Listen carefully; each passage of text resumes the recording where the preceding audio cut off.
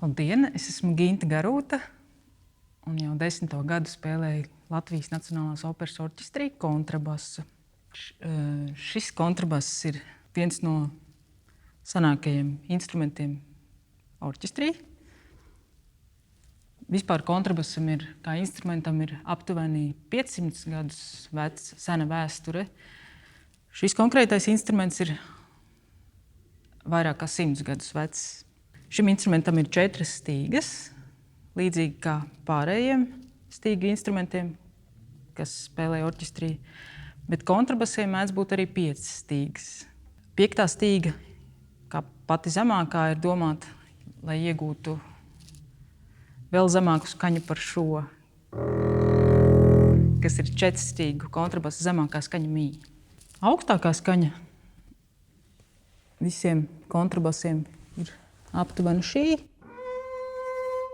bet tā var būt arī nedaudz augstāka, tad, ja kontrabass ir ar nedaudz garāku grifu, šo melno detaļu, melnkoka detaļu sauc par grifu, tad tas var būt arī kādu toni augstāks.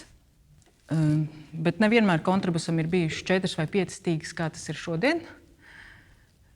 Kamēr kontrabass izveidojās kā stabils orķestra instruments, sākotnēji tam bija arī 3 stīgas, 4 vai 5, un tas bija dažādi, vienlaicīgi pastāvēja, kamēr tas nostabilizējās līdz aptuveni šādam izskatam un šādam stīgu skaitam.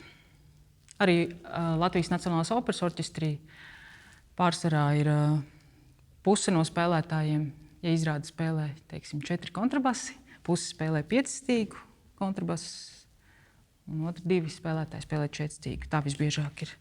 Kontrabasa loma orķestrī, manuprāt, viena no vissvarīgākajām. Līdzīgi kā tas ir pirmajai obojai, kas varbūt ir orķestra seja un dvēsele. Kontrabass ir tāds tā kā pamats.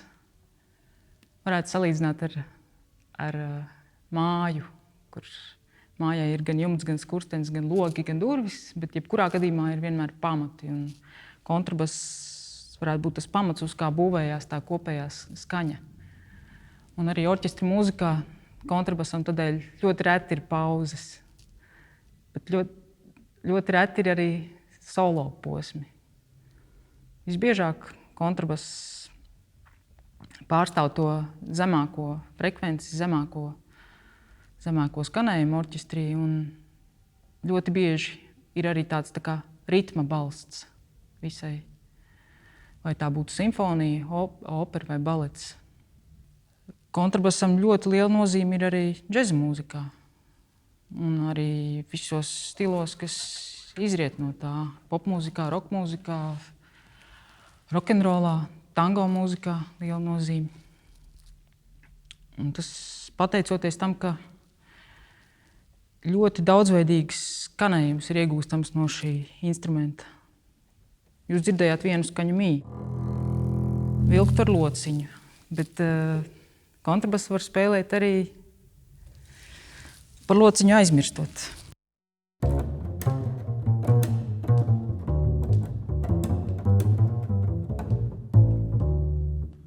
Es jums mazliet paspēlēšu fragmentu no viena no populārākajiem, retajiem kontrabasu solo operā. Šī skaņa būs īpaši arī to, kā redzams, es uzlieku surdīni. Tas ir tāds gumijas aksesuārs, ko uzliekot uz steķīša, šīs detaļas, kas izmaina skaņu.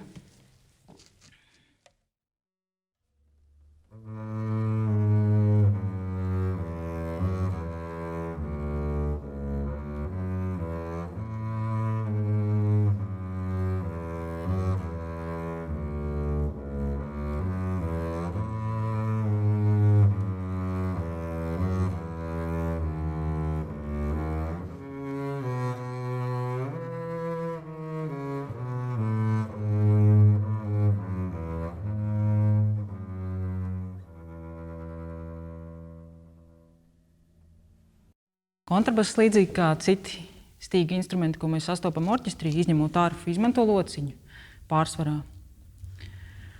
Kontrabasa lociņš ir ļoti līdzīgs violas, čēlu un altu lociņam, tikai nedaudz īsāks un nedaudz smagāks un resnāks.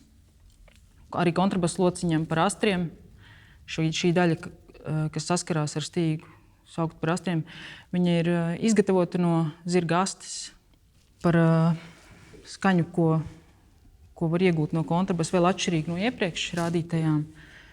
Piemēram, flažoleti. Līdzīgi kā citiem stīgu instrumentiem, arī kontrabasam ir daudz skaņas, kas ir atrodamas nenospiežot stīgu.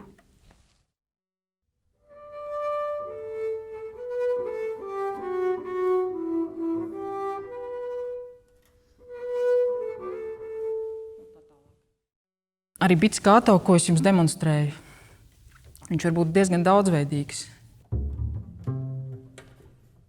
Bet tā saucamais Bartoka pizzicato skan pilnīgi savādāk. Un 20. gadsimta otrās puses mūzikā to izmanto aizvien biežāk.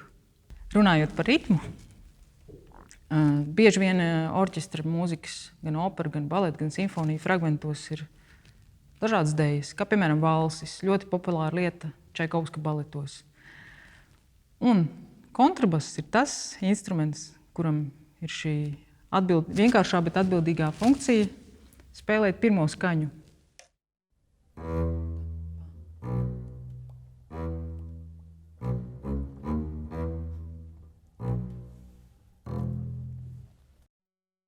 Kontrabass ir īpašs arī ar to, ka jebkurš šī instrumenta meistars var izvēlēties vai spēlēt orķestrī, vai spēlēt klasiskā kameransamblī, vai muzicēt tango grupā, vai tikpat labi pop, roka vai džeza sastāvos.